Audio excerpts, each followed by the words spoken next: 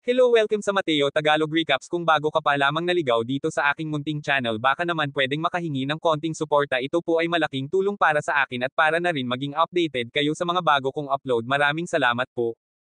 Ang pelikula ay nagsisimula sa isang monghe na nagngangalang Master Tang na nasa isang misyon patungo sa India upang kunin ang mga banal na kasulatan at dalhin ito sa China. Kasama niya ang kanyang mga alagad, ang Monkey King na si Sun Wukong, si Baji, at si Sha. Sa kanilang paglalakbay, dumaan sila sa iba't ibang pagsubok, ngunit ang haharapin nila ngayon ang pinakamabigat sa lahat. Habang naglalakbay sila, tumawid sila sa isang ilog sakay ng bangka. Sa simula, mukhang maayos ang lahat, ngunit bigla na lamang lumitaw ang isang halimaw mula sa ilog at inatake sila. Pilit nilang ipinagtanggol ang kanilang mga sarili ngunit hindi sila nagtagumpay. Sa gitna ng panganib, bigla na lang lumitaw ang isang mahiwagang portal at nilamon ang grupo. Paglabas nila sa kabila ng portal, bigla silang nahulog mula sa napakataas na lugar. Habang patuloy ang kanilang pagbagsak, napansin ni Master Tang ang isang napakagandang babae, at tila na in love siya agad sa unang tingin. Sa kabutihang palad, dumating ang kanyang mahiwagang osa at iniligtas siya, habang si Wukong naman ang sumagip kay Master Tang. Samantala, si Baji at si Sha ay nagkaroon ng napakahirap na paglapag. Habang sinusubukan nilang alamin kung nasaan sila, nilapitan sila ng magandang babae at tinanong kung sila ba ay mga lalaki. Si Tang, na tila nahulog na ang loob sa babae, ay agad na sumagot ng, oo, ngunit ngumiti lang ang babae at umalis. Ilang sandali pa, dumating ang babae sa isang malaki at magarang kaharian na puro kababaihan ang naninirahan. Mula sa mga ministro, manggagawa, doktor, hanggang sa mga tagapamahala ng aklatan, lahat ay babae. Natuklasan din na ang magandang babae ay ang reyna ng kaharian na tinatawag nilang Womanland. Agad niyang sinabi sa kanyang mga tagapaglingkod ang tungkol sa mga lalaking nakita niya, ngunit wala ni isa ang naniwala sa kanya. Mukhang matagal nang hiwalay ang kaharian sa labas na mundo, kaya't walang sino man sa kanila ang nakakita ng lalaki kahit kailan. Habang ipinipilit ng reyna ang kanyang kwento, nagduda ang kanyang mga tagapaglingkod na baka siya ay may sakit. Kinuha nila ang isang lumang aklat na nagsasabing ang mga lalaki ay nakalalasan. Gayunpaman, hindi kumpleto ang paliwanag sa aklat dahil may mga nawawalang bahagi. Biglang dumating ang Empress ng kaharian, na siyang nagpalaki sa reyna at namumuno sa buong lugar. Nang marinig niya ang tsismis na may mga lalaking nakapasok sa kanilang kaharian, agad niyang inutusan ang kanyang mga tauhan na hanapin ang mga ito. Samantala, sina Master Tang, Wukong, at Sha ay naliligaw sa kagubatan at naghahanap ng direksyon. Si Baji naman ay nakakita ng kayamanan, isang grupo ng mga babae na naliligo sa ilog. Sa sobrang tuwa, ginamit niya ang kanyang kapangyarihan upang mag-anyong gwapong lalaki at lumapit sa kanila. Ngunit natuklasan ng mga babae ang kanyang panlilinlang at pinarusahan siya, dahilan upang bumalik siya sa kanyang orihinal na anyo. Sa kabilang banda, sina Wukong, Tang, at Sha ay naaresto ng mga babaeng mandirigma. Sinubukan ni Master Tang na mapayapang kausapin ang mga babae at sinabihan ang kanyang mga alagad na huwag gumamit ng karahasan. Ngunit sa kabila nito, galit na galit ang mga babae at dinala sila sa kaharian para parusahan. Doon nila nalaman na nasa loob sila ng Womanland, isang kaharian kung saan walang lalaki. Sa wakas, nakaharap nila ang magandang babaeng una nilang nakita, at nadiskubre nila na siya pala ang reyna ng kaharian. Pagkatapos, dumating ang isang matandang babae na may dalang sinaunang aklat kung saan nakasulat ang tungkol sa isang monghe, isang unggoy, isang baboy, at isang asol na mandirigma. Sa aklat, nalaman na ang pagdating ng monghe at ng kanyang mga alagad ay matagal nang ipinahayag. Ayon sa prediksyon, ang kanilang pagdating ay magdadala ng kapahamakan sa kaharian. Nang marinig ito ng mga kababaihan, dumagsa ang presyon mula sa iba't ibang panig, lalo na mula sa Empress, na agad na nagutos na parusahan ng kamatayan ang mga lalaki. Pumayag rin ang reyna, ngunit bago iyon, nais muna niyang interogahin sila. Bagamat nagdadalawang isip, pumayag ang Empress, kaya ikinulong ang mga lalaki sa palasyo ng isang gabi bago ang araw ng kanilang pagbitay. Sa puntong ito, kaya ni Wukong, na may pambihirang lakas, nalabanan ang mga babae at palayain ang kanyang mga kaibigan. Ngunit naalala niya ang payo ni Master Tang na huwag gumamit ng karahasan, kaya pinili niyang sumunod. Gayunpaman, nang gabing iyon, nagdesisyon si Master Tang na gumawa ng paraan upang makatakas. Binuksan ni Wukong ang pinto ng bilangguan, kaya nakatakas silang lahat. Sa parehong oras, dumating ang Reyna kasama ang kanyang mga tagapaglingkod upang interogahin sila ngunit aksidente silang na-knockout ng mga lalaki. Sa labas, sinubukan ng mga lalaki na lumipad pabalik sa kanilang mundo ngunit nalaman nila na ang kaharian ay protektado ng isang mahiwagang harang na kahit si Wukong ay hindi kayang labanan. Dahil dito, iminungkahi ni Wukong na makipag-usap sila sa Reyna, dahil siya lamang ang maaaring makatulong sa kanila.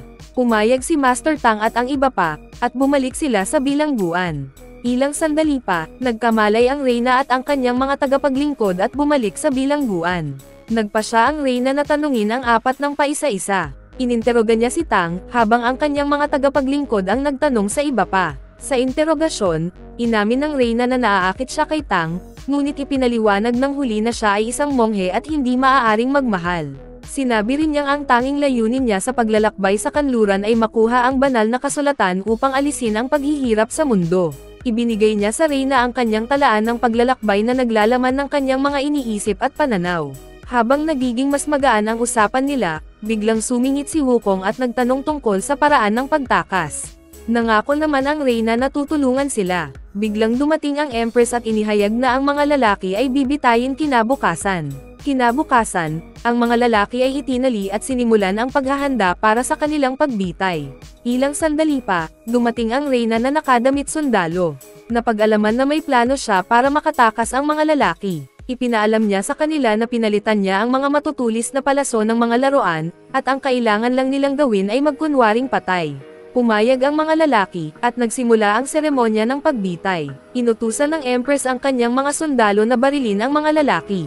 Una, tinamaan si siya at napakahusay niyang nagkunwaring patay. Ngunit nang kay Tang na, nahirapan siyang magpanggap dahil naturuan siyang huwag manlinlang. Nakita ito ni siya at matalino niyang binato si Tang upang mawalan ito ng malay. Pagkatapos, tinamaan si Wukong, ngunit nang kay Baji na, iniutos ng Empress na palitan ang mga palaso. Sa kaharian na ito, ang pagiging lalaki ay isang malaking kasalanan, ngunit ang pagiging pangit na lalaki ay mas malala pa. Kaya't pinaulanan si Baji ng maraming palaso. Subalit dahil isa siyang demigod, hindi siya basta-basta mamamatay. Pagkatapos ng seremonya ng pagbitay, iniutos ng Empress na itapon ang kanilang mga katawan. Sa puntong ito, ang lahat ay ayon sa plano ng Reyna. Nadala niya ang mga lalaki sa isang ligtas na lugar na natuklas ang isang napakabanal na bahagi ng kaharian ng mga babae. Doon, inamin ng Reyna na kahit siya mismo ay hindi alam kung paano makaalis sa kaharian, dahil sa loob ng maraming siglo, walang sino mang nagtangkang umalis dito. Ngunit naniniwala siya na ang nawawalang pahina ng sinaunang aklat ang maaaring magbigay ng sagot. Nang marinig ito, natukoy ni Wukong na ang nawawalang pahina ng aklat ay nakatago sa paligid ng banal na lugar, kaya nagsimula silang maghanap. Ilang sandali pa, natagpuan ni Wukong ang papel at ibinigay ito kay Master Tang. Binasa ito ni Tang at nalaman na ang tanging paraan upang makalabas sa Womanland ay maunawaan ang tunay na kahulugan ng pag-ibig. Bilang monghe, inamin ni Tang na wala siyang gaanong alam tungkol sa pag-ibig. Ngunit biglang sinabi ng isa sa mga tagapaglingkod na narinig niya ang tungkol sa isang kwento ng pag-ibig sa kaharian ng mga babae. Ayon sa alamat, may isang babae na lubos na na-curious sa kung ano ang nasa kabila ng kaharian ng mga babae. Sa isang mahiwagang pagkakataon, nagkaroon siya ng relasyon sa isang waterboy mula sa labas ng kanilang mundo.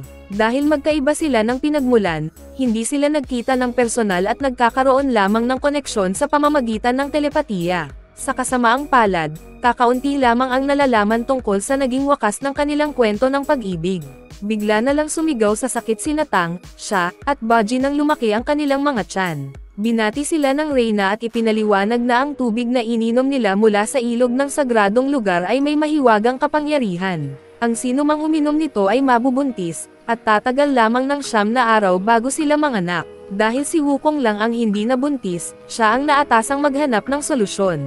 Ngunit dahil sila ay mga lalaki, napakahirap para sa kanila na manganak kaya limitado ang oras ni Wukong upang iligtas sila. Sa kabutihang palad, may isang tagapaglingkod na nagsabi kay Wukong tungkol sa isang babaeng may taglay na tubig pampalaglag. Agad na pumunta si Wukong sa babaeng ito, ngunit nalaman niyang aabutin ng 100 taon ang proseso ng paggawa ng tubig pampalaglag. Nang magsimulang magmakaawa si Wukong, Inamin ng babae na may mas mabilis na paraan.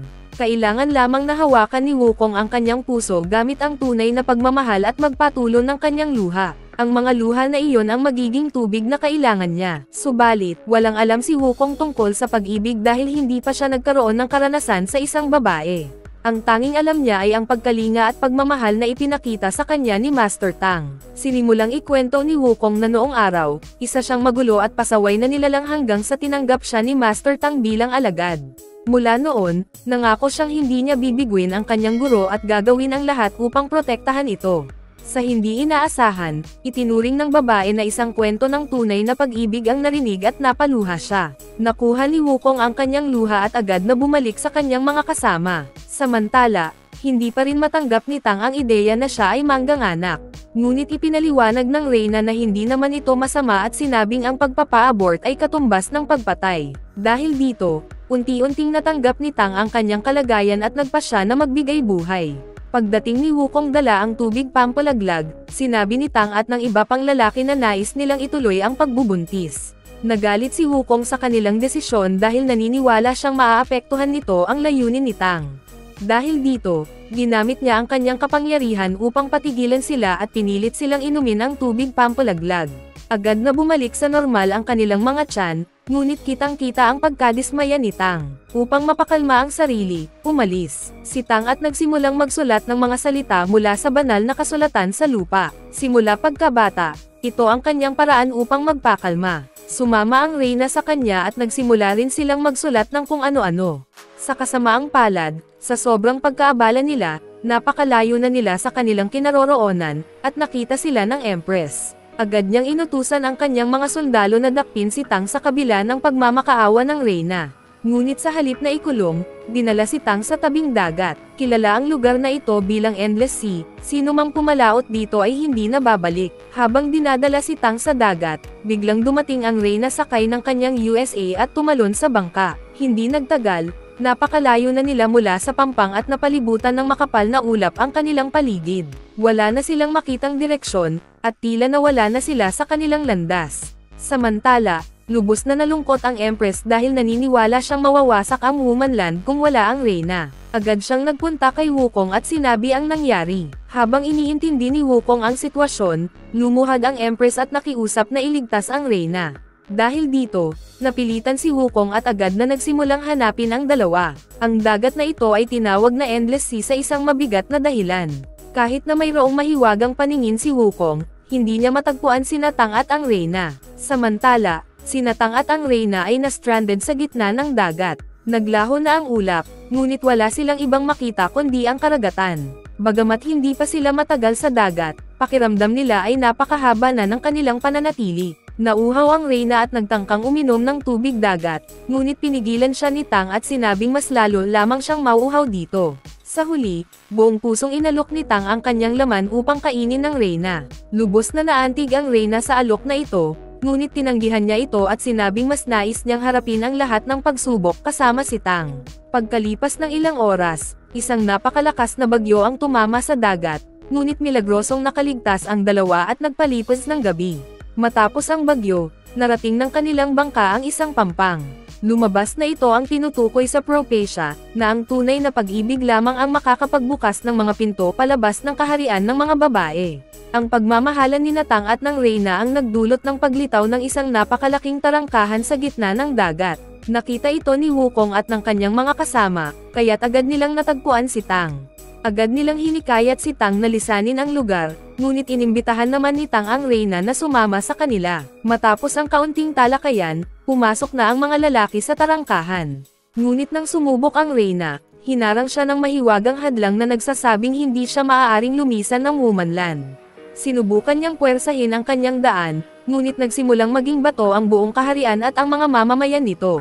Unti-unting naging bato ang Reyna, ngunit mabilis siyang niyakap ni Tang, na nagpabalik sa kanyang anyo. Sa kabila nito, nawalan siya ng malay. Sa susunod na tagpo, napansin din ng Waterboy ang tarangkahan at agad na lumangoy patungo sa Womanland kung saan naroon ang kanyang minamahal. Samantala, habang inaalagaan ng Empress ang Reyna, naalala niya ang kanyang nakaraan.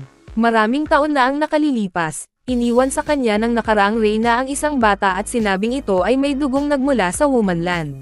Inatasan siya ng nakaraang reyna na alagaan ang bata ng buong puso.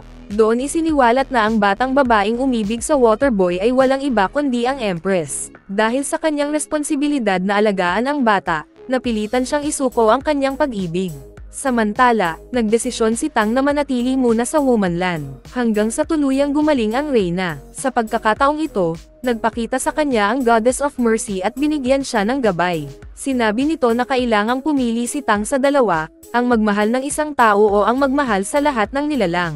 Sa huli, naniniwala ang Diyos ang maaway na tama ang magiging desisyon ni Tang. Bumalik si Tang sa palasyo kung saan isinasagawa ng buong kaharian ang isang ritual para sa paggaling ng reyna.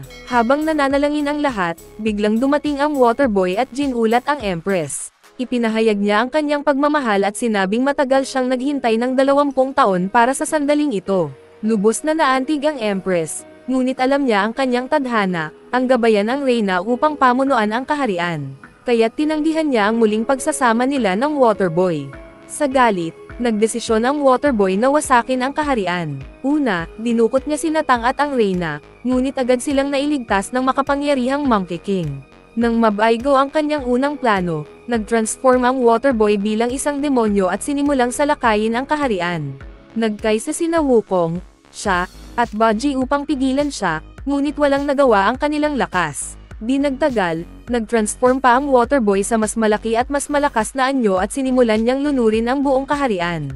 Nawasak ang Womanland, at lahat ng kababaihan ay nahulog sa dagat. Sa harap ng pagkawasak, si Master Tang, habang nalunod na rin, ay pumasok sa isang malalim na meditasyon at nanalangin kay Lord Buddha upang iligtas ang mga tao. Sa di inaasahan, narinig ng Panginoon ang kanyang mga dasal at nagpakita. Iniligtas ni Lord Buddha ang mga babaeng nalunod at pinarusahan ang Waterboy dahil sa kanyang mga kasalanan. Sa wakas, tumila ang bagyo at unti-unting bumalik sa normal ang buhay sa Womanland. Matapos ang maraming kaliwanagan, napagtanto ni Master Tang ang kanyang tungkulin at nagdesisyong ipagpatuloy ang kanyang misyon.